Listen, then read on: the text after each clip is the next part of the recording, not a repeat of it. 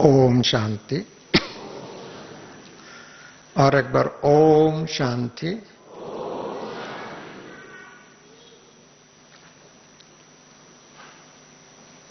सदा अपने स्वमान की सीट पर सेट रहने वाले अर्थात भ्रुकुटी की सीट पर विराजमान होकर तीनों लोक और तीनों काल संचार करने वाले ब्राह्मण सो फरिश्ता सो देवता स्वरूप का अनुभव करने वाले सदा इस शरीर में होते हुए अशरीरी आत्मा का अनुभव करने वाले साकार सृष्टि में होते हुए आकारी और निराकारी स्थिति का अनुभव करने वाले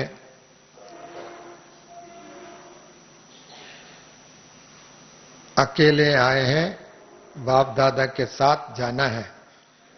सदा श्रीमत की अंगुली पकड़कर बुद्धि बाप दादा को समर्पित कर बाप दादा के साथ उड़ने वाले, ऐसे उड़ने वाले विशेष आप सभी आत्मा को प्रातःकालीन प्रणाम।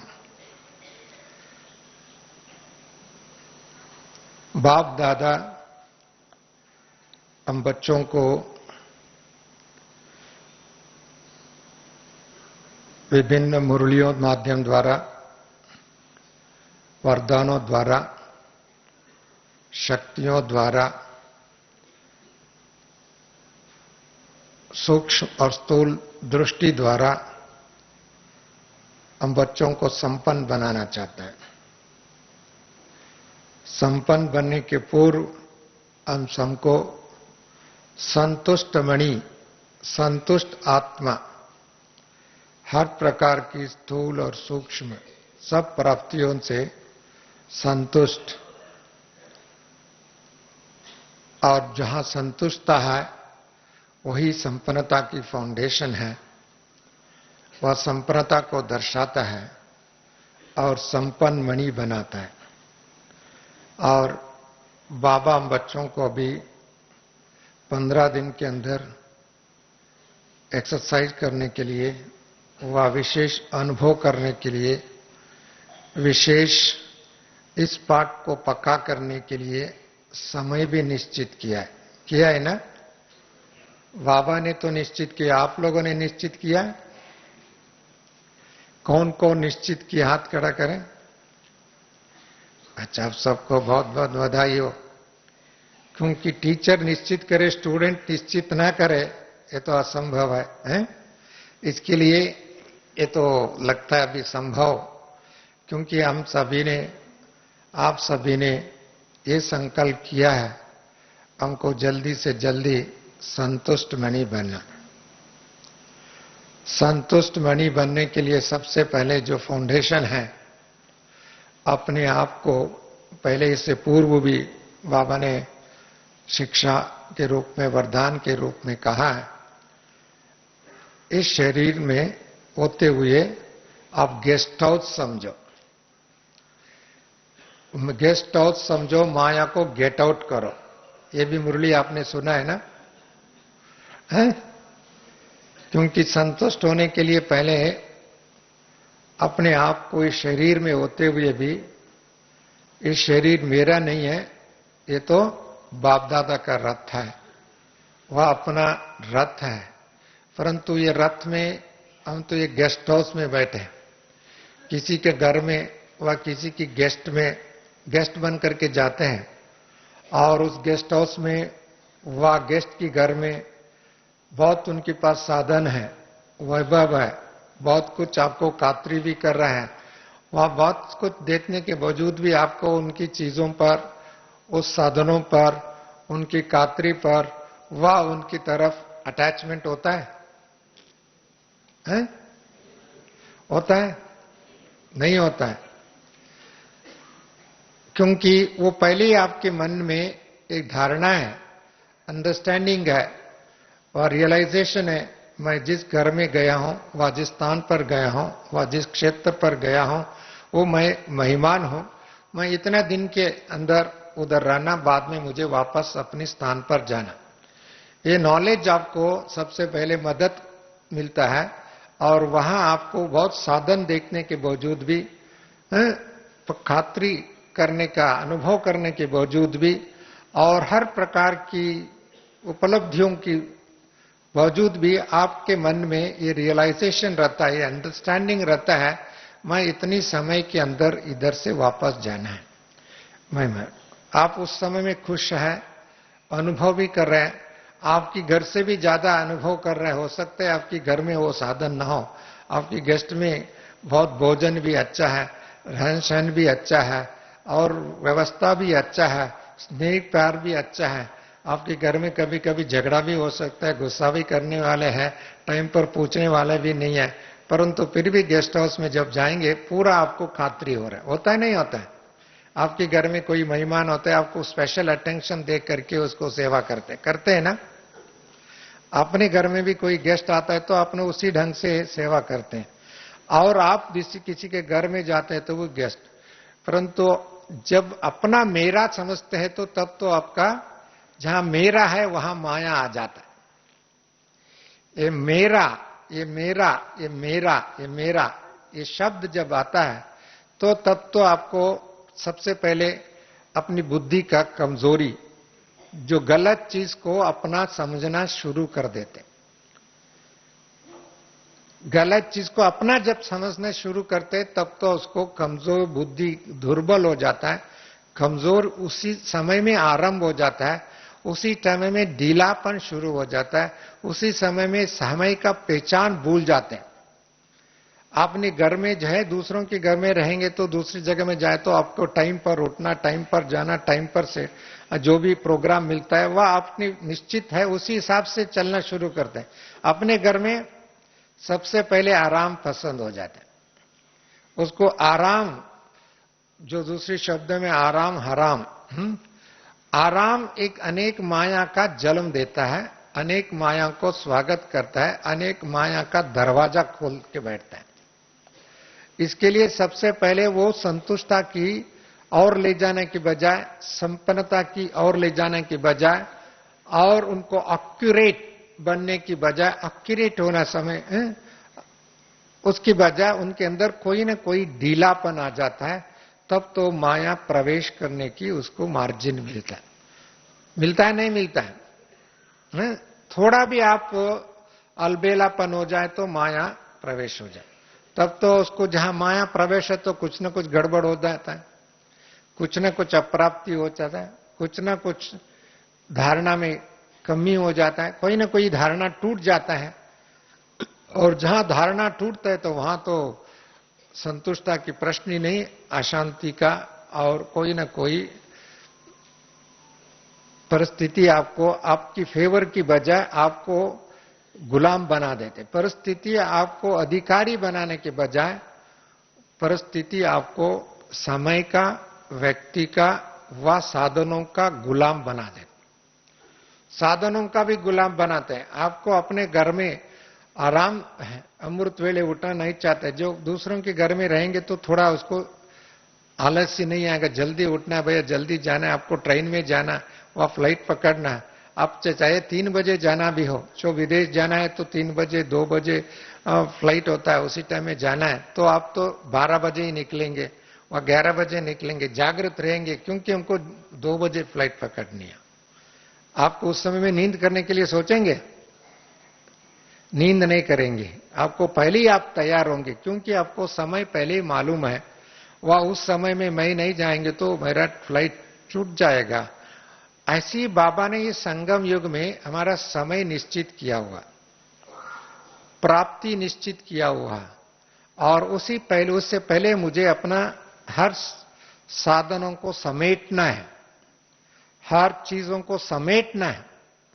जो समेटने की जो शक्ति जिनके पास है वो तो सक्सेसफुल होगा, जिनको समेटने की शक्ति नहीं है, वह समेटने का विचार नहीं है, समेटने की बजाय विस्तार करने की है, और चाहे संबंधों को विस्तार करते हैं, और जहां संबंध विस्तार करते हैं तो कोई ना कोई अपना तो भूल जाते, दूसरों की चीज अपना समझना शुरू कर देते। कई बार घर में अपना को ठीक है फिर भी त्याग करते हैं, दूसरों की चीज पर अपना ममत्व जोड़ देते हैं, तब तो चाहे बच्चे हैं, चाहे पोता है, परपोता है, और भी अन्य साधन है, व्यक्ति है, वैभव आदि चीजों पर थोड़ा थोड़ा अधिकार व थोड़ा थोड़ा मोह व उनकी उसी ढंग से उसको आकर्षित करता है, तब तो उनको मन को विचलित करता है, मन को एकाग्रत करने में, मन को मनमाना भाव मंत्र की बजाय और अनेक व्यक्तियों की मन में मन जुड़ जाता है। जुड़ता है नहीं जुड़ता है, तब तो आपको समय व्यर्थ होता है, संकल्प व्यर्थ होता है, और शक्ति बनने की बजाय शक्ति विहीन हो जाता है, और वहां संतुष्टता नहीं आती। जहां शक्ति विहीन है तब तो संतुष्टता नहीं है। इसको बाबा कहते हैं आपको संतुष्ट मणि और संपन्न मणि।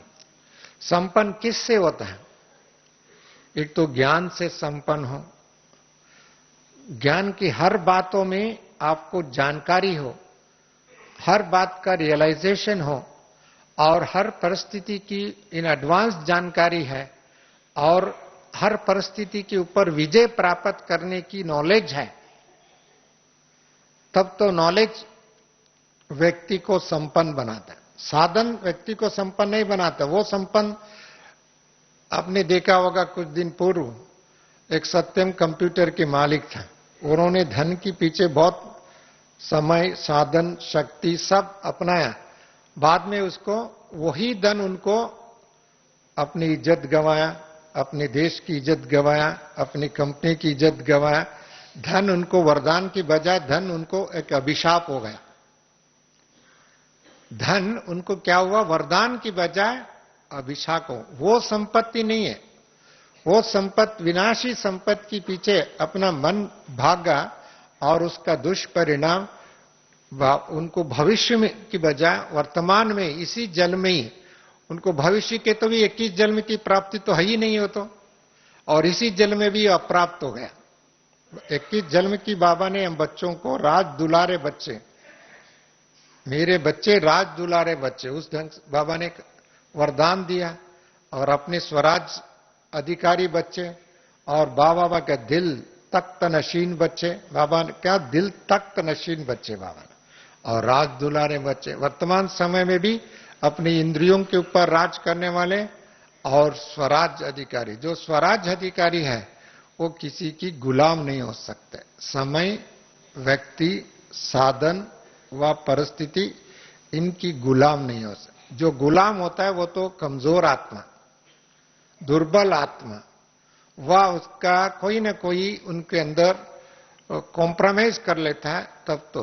परंतु बाबा ने हर आत्मा को आप समान बनाना चाहते हैं, हर आत्मा को बाप समान बनाना चाहते हैं, हर आत्मा को विजयी आत्मा बनाता है। बाबा हर आत्मा को विजयी माला का मणि बनाना चाहते हैं, हर आत्मा को संतुष्ट और संपन्न बनाना चाहते हैं। ये तो बाबा के हर मुरली में विभिन्न शब्दों में बाबा ने अपने आप को, अपना जीवन दर्शाया। उसका लक्ष्य बाबा का लक्ष्य है, परंतु बाबा का लक्ष्य यह है, हमारा लक्ष्य और लक्षण में अंतर है। हमारा लक्ष्य ही ना हो तो लक्षण आ ही नहीं सकता है। हमारा ये गीत है, जो सोचेगा सो बनेगा। जब हमारा सोच ही नहीं तो हम बनेगा कैसे?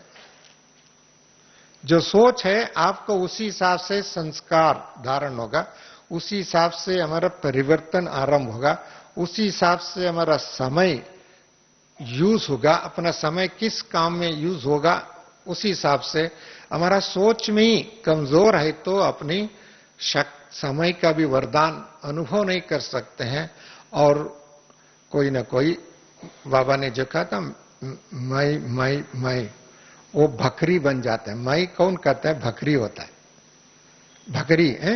हम तो बाबा ने हम बच्चों को क्या बनाना था? शेर बनाना चाहते हैं, विश्व का मालिक बनाना चाहता है, और राज दुलारे बच्चे बनाना चाहते हैं, और बाबा की नयनों पर बैठ करके यात्रा करने वाले, तीनों लोक संचार करने वाले।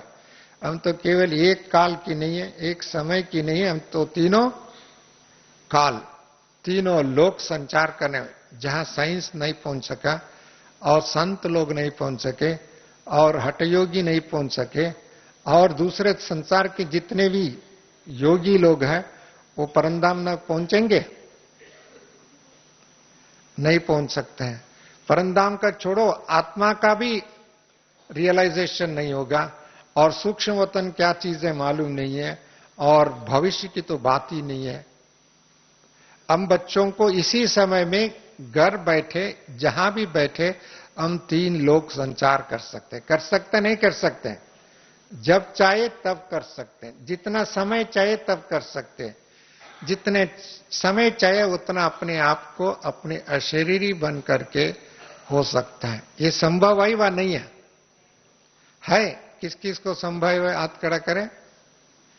बहुत अच्छी बात, बधाई हो। क्यों? ये हमारा लक्ष्य है, इसके लिए संभव है। और संभव क्या, ये हमारा एक जीवन जीने की विधि हो गया। अभी संभव होता है फिर भी हमको एक नॉलेज हो गया, जानकारी, इसके लिए एक उम्मीद है, परंतु अभी हमारा जीवन जीने का विधि ही हो गया, ये हमारा एक जीवन कला हो गया। हम अमृत वेले से लेकर के हम अपने आप को अशरीरी होकर के बाप दादा की गोद में बैठने का, बाप दादा की दिल में बैठने का, बाप दादा का शिक्षा का अनुभव करने की, वरदानों का अनुभव करने का एक जीवन जीने की विधि हो गया। जिनका जीवन जीने का ये विधि है और ये हर पल का अनुभव है, उनके पास ये कितनी अनुभव की अथॉरिटी हो गया। लोगों को शास्त्रों की अथॉरिटी है, पुराणों की अथॉरिटी है, अन्य बातों की अथॉरिटी है। उस अथॉरिटी को इतने अथॉरिटी होते हुए उनका अंदर फिर भी वही घोटाला क्या है, भगवान सर्वव्यापी कह देते हैं। जो व्यक्ति भगवान सर्वव्यापी कह सकते हैं उसको सूक्ष्म वतन की यात्रा कैसे कर सकते, मूल वतन की यात्रा कैसे कर सकते हैं, मन मना भाव मंत्र कैसे उनकी जीवन में हो सकता है? हो सकता है?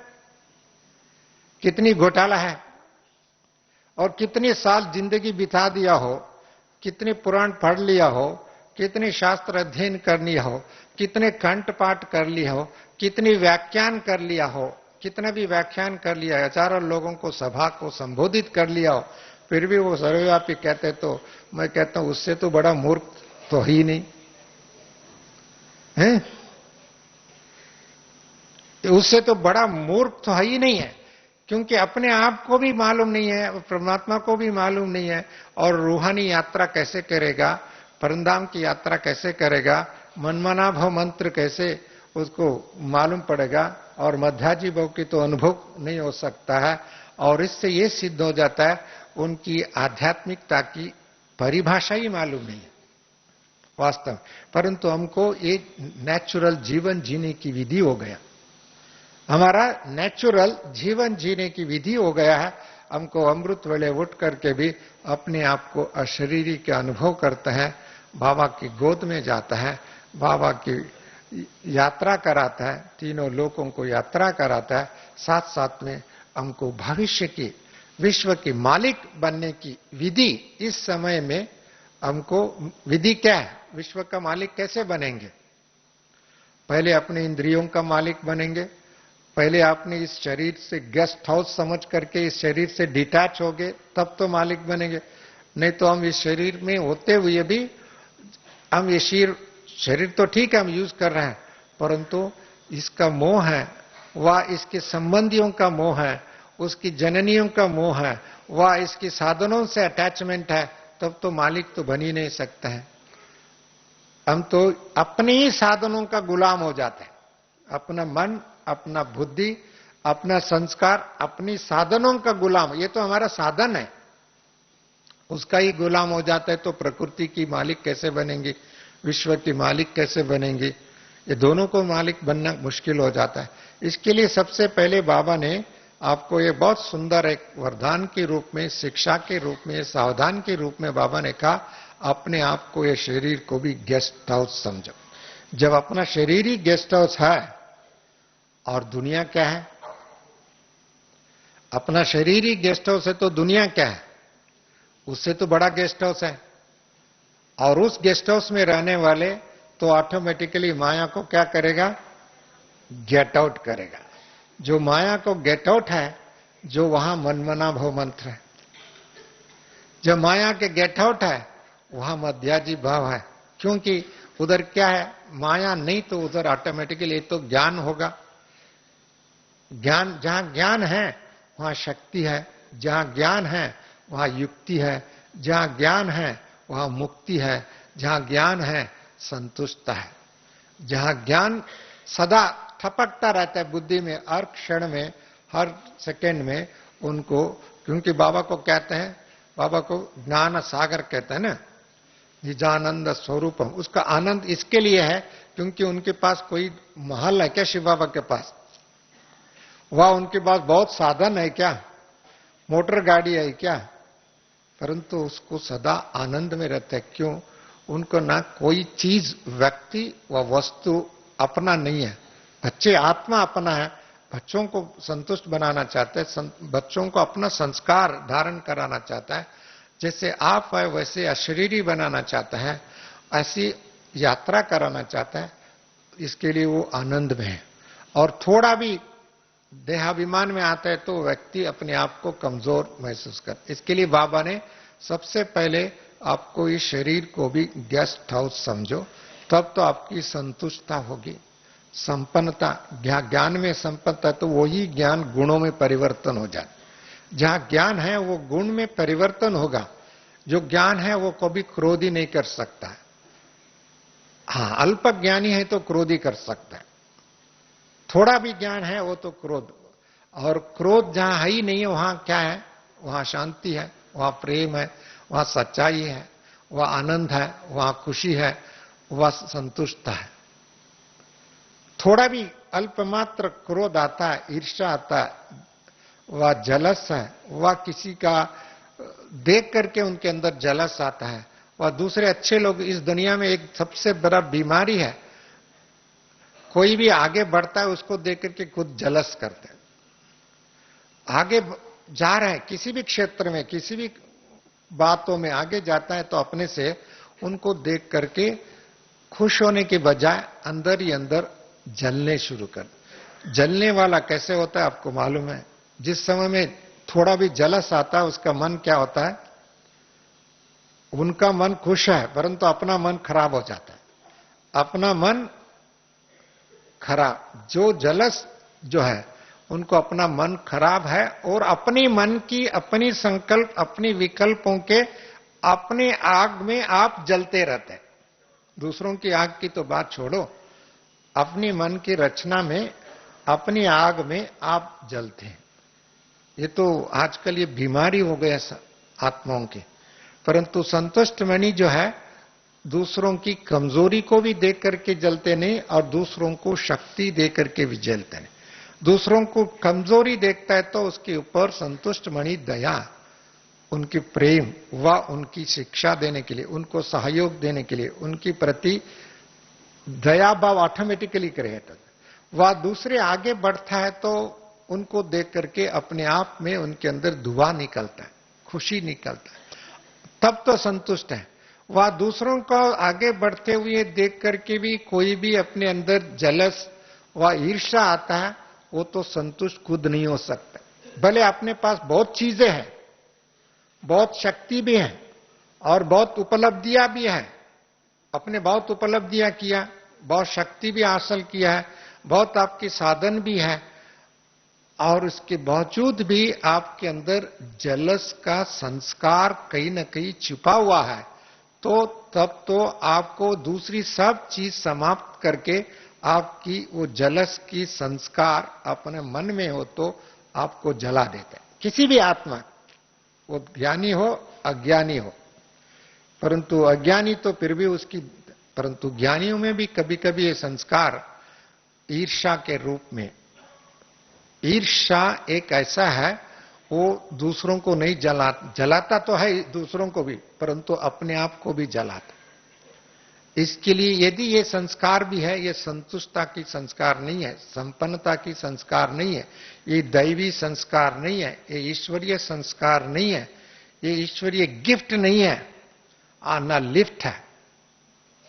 यदि ये संस्कार किसी भी रूप में अपने अंदर छिपाया हो, उसको अंदर ही अंदर ज्ञान की बल से, योग की बल से, तपस्या की बल से, अशरीरी भर के अनुभव के बल से और उसको दृढ़ संकल्प की बल से उसको समाप्त करना। यदि वो समाप्त नहीं करते हैं, और जितने जल्दी समाप्त करेंगे उतना आपको आगे बढ़ेंगे, उतना आगे संपन्न होंगे, उतना आगे आपको ईश्वरीय शक्तियों का अनुभव करेंगे।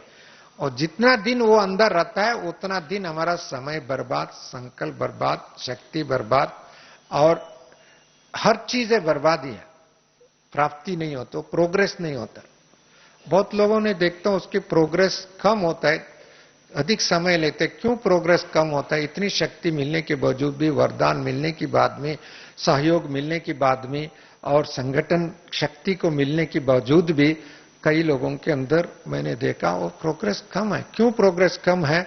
उनके अंदर कोई ना कोई छिपा हुआ अवगुण है, कोई ना कोई दूसरों की अवगुणों को देखने का उसका आंखें न जल्दी दूसरों का अवगुणों को देखने की आदत हो गई, दूसरों को कमजोरियों को देखने का आदत हो गया, उनका नेचर हो गया उनका। ये तो बाबा ने ये श्रीमत नहीं है, वो कभी संतुष्ट नहीं हो सकता है। दूसरों का अवगुणों को चेक करने के लिए हमको कोई टीचर नहीं बनाया बाबा ने। वह अपने आप को ये अधिकार ले लिया हो, वह अपने आप को इस बात को समझ करके देखने की आदत डाल दिया हो। ये आदत अपने को कमजोरी बनाता है आगे बढ़ने की बजाय, और उसका परिणाम दूसरों का भी ऊपर होता है, वो अलग चीज है, परंतु सबसे बड़े नुकसान अपने को हो सकता है। इसके लिए ऐसी कमजोरी संतुष्टता की ओर ले जाने की बजाय अतृप्ति पैदा करते हैं।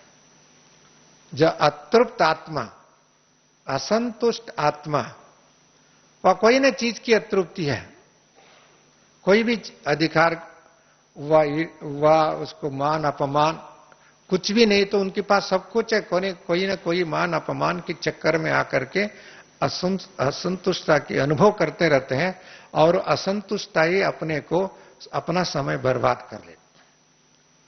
वो कभी उनके अंदर एकाग्र शक्ति नहीं बढ़ेगा, उसका निर्णय शक्ति खराब हो जाती। सबसे पहले जो है उनकी खुद की निर्णय शक्ति खराब हो जाती। निर्णय करने में उनको परावलंबी हो जाता है, और अपना निर्णय जो भी किया हुआ वो गलत निर्णय होगा। वो गलत निर्णय के कारण अपने आप में परेशानी होते रहे, और कोई ना कोई निर्णय कम ही है उसकी परेशानी। इसके लिए वो परेशान आत्मा वो परिस्थिति की वश हो जाता है, और प्रभु प्रिय बनने की बजाय परिस्थिति का अधीन हो जाता है। प्रभु प्रिय होना चाहिए, ब्राह्मणों का प्रिय होना चाहिए, लोक का प्रिय होना चाहिए, विश्व प्रिय आत्मा होना चाहिए। विश्व प्रिय तब हो सकता है उनको सदा उनके अंदर संतुष्टता का अनुभव हो। तो अनुभव संतुष्ट हो, और वो संतुष्ट दूसरों को संतुष्ट कर सकता है। जो दूसरों को संतुष्ट नहीं कर सकता है उसको स्वयं अधिकारी नहीं बन सकता है। अधिकारी बनना है ना हम सबको, विश्व के अधिकारी बनना है।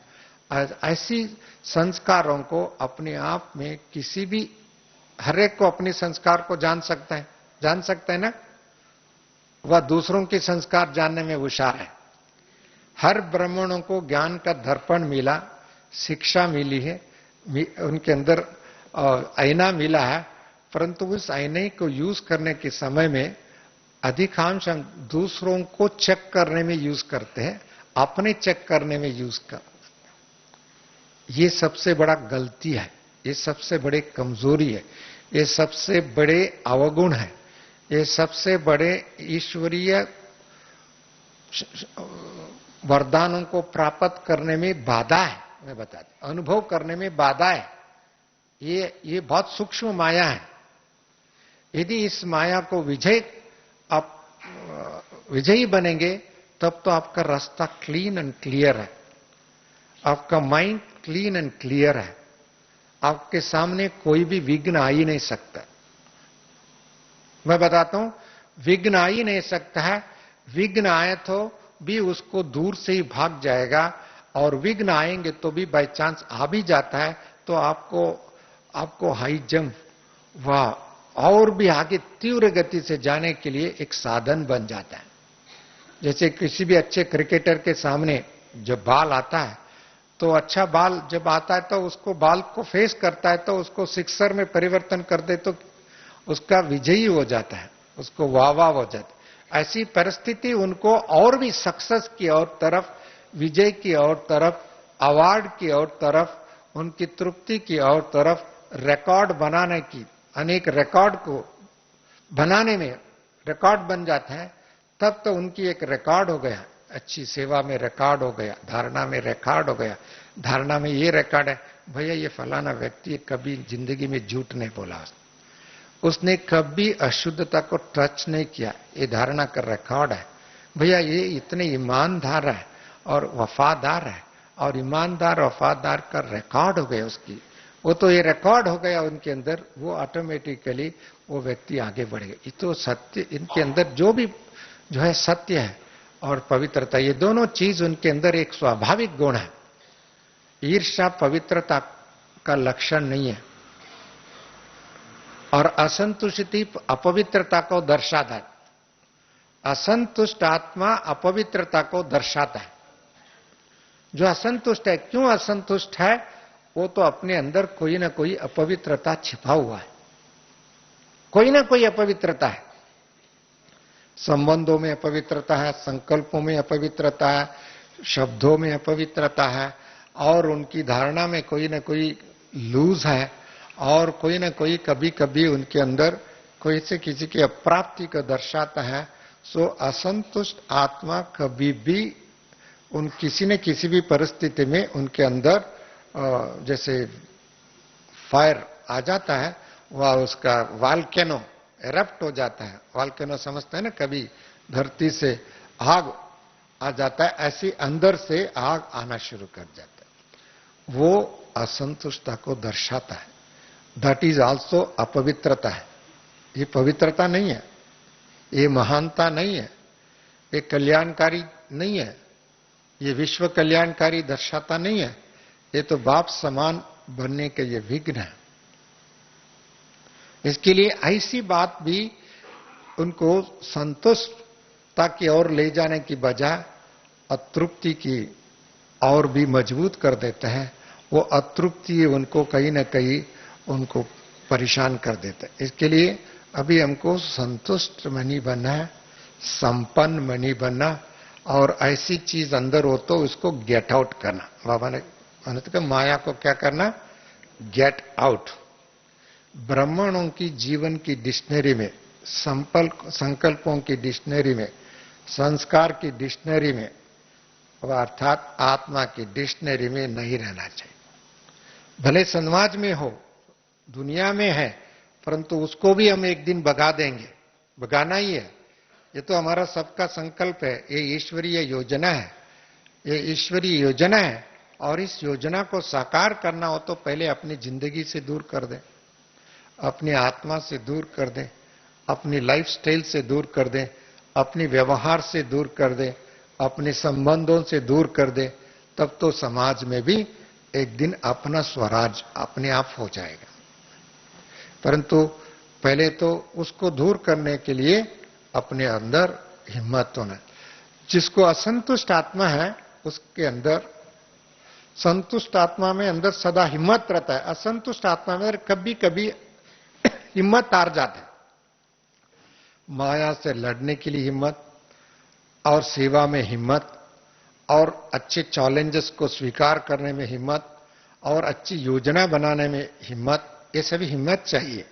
और ऐसी हिम्मत तब मिलता है जब अपने आप में संतुष्ट है, अपने आप में एक बाबा के अर्पित है, तब तो ऐसी चीजों में आगे बढ़ सकता है। तो अतृप्त आत्मा कोई न कोई परिस्थिति में अधीन होकर के चैलेंजेस को ना स्वीकार कर सकता है, न समय से पहले रेडी हो सकता है। बाबा कुछ चाहता है परंतु हम उस समय रेडी नहीं होते हैं, और बाबा जो कराना चाहता है हम करने के लिए शक्तिहीन है। बाबा कुछ कराना चाहते हैं हम बच्चों से, अपना भाग्य बनाना चाहता है, अपनी चीजों को मल्टीप्लाई करके आपको शक्ति भरना चाहता है और यूज करके उसको आपको वरदान देना चाहता है, परंतु हम यूज करने की बजाय वो तो अपने आप में कोई ना कोई फंस जाता है। जो है ना महाभारत में अर्जुन का रथ फंस गया, कीचड़ में फंस गया। ऐसी हमारा जो अच्छे साधक भी, अच्छे पुरुषार्थी भी, अच्छे महावीर भी, अच्छे अच्छे महारथी भी कभी कभी कोई न कोई ऐसी परिस्थिति में फंस जाते हैं, तब तो उसको उठाने के लिए दूसरे लोग चाहिए। तब तो फिर भी सरेंडर लक्षण, फिर भी मनमना भव मंत्र, फिर भी बाबा के सहयोग व दूसरों की गुड विशेस, गुडविल काम में आता है। दूसरों का उस समय क्या काम में आता है? दूसरों का भी गुडविल, गुड विशेस काम में आता है। तब तक हम ठीक है चलता रहता है, तब फंस जाता है गाड़ी, तब तो दूसरों की। परंतु तब फंसता है वो तो अपनी कर्मों के कारण, अपनी सोच के कारण, अपनी कोई न कोई अवगुणों के कारण, वह कभी ईश्वरीय श्रीमत है वो तो परिस्थिति भी उनको दूर से ही भाग जाती। तब तो बाबा ने कहा था निर्विघ्न निश्चिंत निर्मल चित्त। निर्विघ्न, विघ्न भ्रमणों की जीवन डिक्शनरी से अभी विघ्न मुक्त होना, ये सबसे बड़ी संतुष्टता की और बढ़ने के लिए पहले निर्विघ्न स्थिति। अधिकांश जो है पराया दूसरों से विघ्न आता है तो उसको दूर करना सहज है। अपने आप में एक विघ्न आता है, अपनी संस्कारों के आधार से विघ्न आता है, अपनी आदतों की विघ्न आता है, अपनी आलस्य के कारण विघ्न आता है, अपनी कमजोरी के कारण विघ्न आता है, उसको कोई हटा नहीं सकता। उसको भले बाबा के कितने भी मुरली आप सुन लो और सुनने के बावजूद भी अपने अंदर दृढ़ता नहीं आती है, तब तक उसका कमजोरी छिपा हुआ रहता है। इसके लिए ऐसी कभी अपने जीवन में ऐसी चीजों का महत्व व छिपा हुआ हो, उसको 15 दिन के अंदर अपने आप को डेली ईश्वरीय ज्ञान की दर्पण में देख करके दृढ़ संकल्प करके और ऐसी साधना अपना करके और उसको जितने भी त्याग करने के लिए तैयार है उसको त्याग करके ऐसी चीजों से अपनी जिंदगी की डिक्शनरी में नहीं हो। और 5000 वर्ष के बाद देखेंगे उसको, हैं? फिर भी उसको तो 5000 वर्ष अर्थात द्वापर के बाद में, सतयुग में तो हो ही नहीं सकता है, क्योंकि हम सभी सूर्यवंशी आत्मा है। हम सभी कौन सी आत्मा है? सूर्यवंशी। इधर कोई चंद्रवंशी है? वह पहले निश्चित किया हम चंद्रवंशी में आना है। कई लोग अपना नंबर अपने निश्चित करते हैं, भैया आप संगम युग में हैं, पहले सतयुग में आएंगे तो तब चंद्र त्रेता में जाएंगे ना, सतयुग में नहीं आएंगे तो सीधे परमधाम से त्रेता युग में आएंगे नहीं। परंतु हम बच्चे संगम युग में बाबा की सम्मुख मुरली सुने हैं, साकार में मुरली सुने, अव्यक्त में मुरली सुने और रोज बाबा के मुरली सुनते हैं। और इस संगम युग में ही मुरली सुनना अर्थात हम तो सूर्यवंशी बच्चे हैं, चंद्रवंशी बच्चे नहीं है। और दूसरा द्वापर युग में आने वाले वो तो संत महात्मा है, वह कोई धर्म स्थापक आत्माओं की मुरली सुन करके, वाणी सुन करके वो लोग उस स्थापना में उनकी सहयोगी बन करके आता है। हम तो किसकी मुरली सुनते हैं? बाबा की मुरली सुनते हैं। और ऐसी बाबा का मुरली सुनने वाले तो सूर्यवंशी आत्मा है। अब सूर्यवंशी व सूर्य कुल के आने वाले हैं। जहां सूर्य कुल है वहां रोशनी रोशनी है, अंधकार थोड़ी है। जब सूर्य आता है तो अंधकार दूर हो जाता है, अर्थात ये ज्ञान आता है तो ऑटोमेटिकली अंधकार दूर हो गया। जहां अंधकार ही नहीं है, प्रकाश है, तो वहां प्रसन्नता है। प्रकाश प्रसन्नता को प्राप्त करता है। करते नहीं करते हैं? जो प्रकाश नहीं है वह अंधकार है, वहां तो कोई ना कोई कंफ्यूजन है, कोई ना कोई भय है, कोई ना कोई प्रकार की आंतरिक डर है। वह डर अपने आप में गलती कराता है। जिसकी जीवन में कोई न सूक्ष्म रूप में डर होता है ना, वो गलती करते, उनका निर्णय शक्ति कमजोर हो जाता है, उनका सोच कमजोर हो जाता है, उनका बुद्धि दुर्बल है, काम नहीं करता उस समय। इसके लिए बाप दादा ने हम बच्चों को सूर्यवंशी आत्मा बनाया। जहां सूर्य है अपने आप में प्रकाश है, जहां सूर्यवंशी है वो प्रसन्न आत्मा है। आपके चेहरे पर प्रसन्नता सदा दिखाई देता है, क्योंकि सूर्यवंशी की आत्मा के मुखमंडल में उनके चेहरे पर क्या है? प्रसन्नता। क्योंकि प्रसन्नता उनको एक नेचुरल स्वभाव हो जाता है, क्योंकि ज्ञान उनको आगे ले जा दर्शा देता है, उसको फ्लाई करने में इजी हो जाता है। जो चंद्रवंशी आने वाले फिर भी लड़ाई करना पड़ेगा, संघर्ष करना पड़ेगा, और उनको बहुत हिम्मत रखना पड़ेगा, उसको कोई ना कोई पुश करना पड़ेगा, कोई ना कोई उसको प्रशंसा करना पड़ेगा, उसकी महिमा करना पड़ेगा। दूसरों की महिमा के आधार से पुरुषार्थ नहीं होना चाहिए।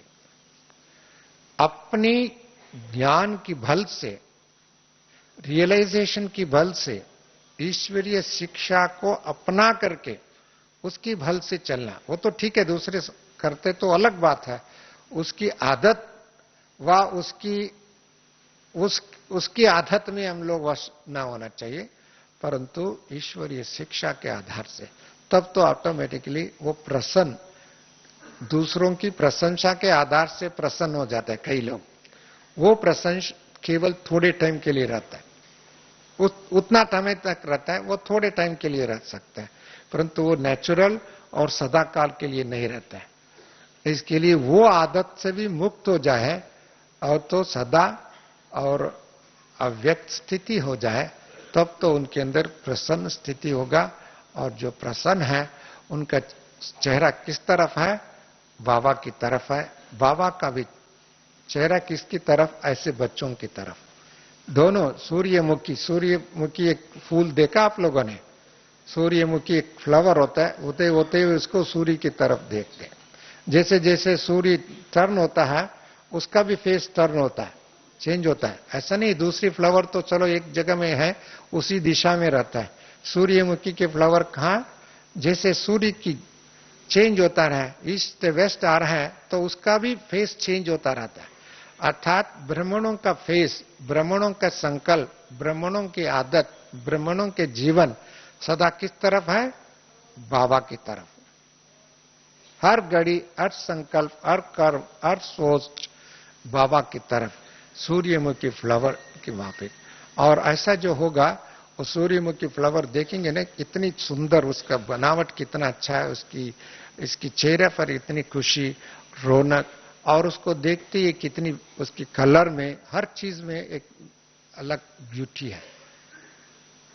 परंतु बाबा एक एक ब्राह्मणों की चेहरे पर बाप दादा दिखाई दे, एक एक ब्राह्मणों के ऊपर नई संसार की रचना को दर्शाए, उनकी ईश्वरीय प्राप्ति का अनुभव हो जाए।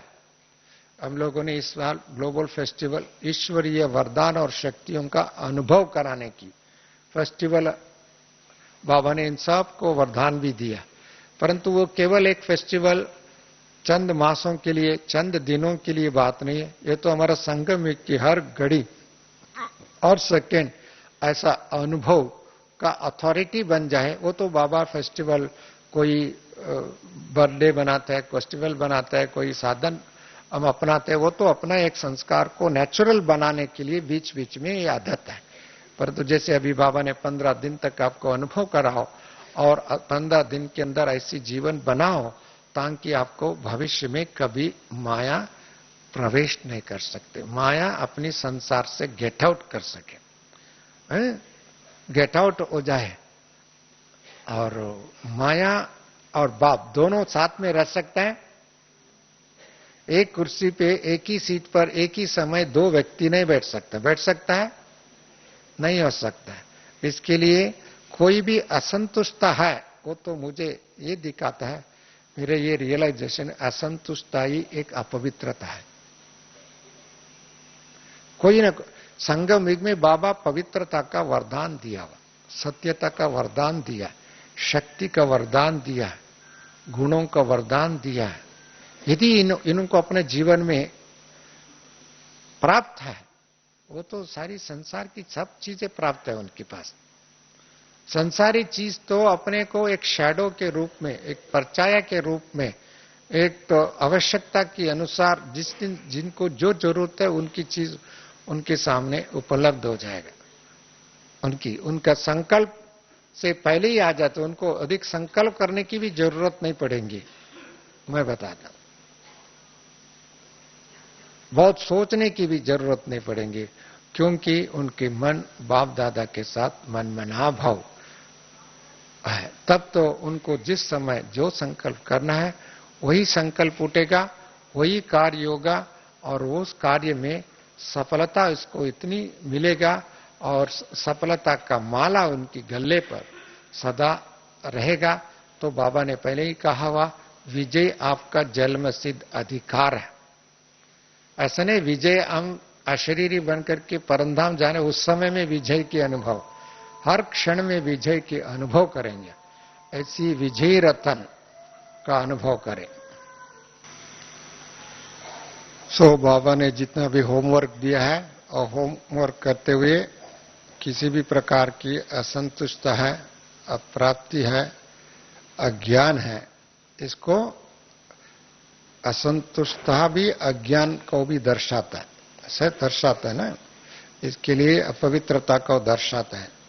यदि ये संस्कार अपनी आत्मा के अंदर हम रहेगा तो सूर्यवंशी बनने में, वह सूर्यवंशी कुल की मालिक बनने में वो एक बाधा है। इसके लिए ऐसी बाधाओं को ईश्वरीय ज्ञान की दर्पण के माध्यम द्वारा और साधनों की माध्यम द्वारा, तपस्या के माध्यम द्वारा, अमृत वेले का वरदानों के माध्यम द्वारा इसको समाप्त करे। एक एक ब्राह्मण बाप दादा का दर्पण बने। ओके, ओम शांति, नमस्ते।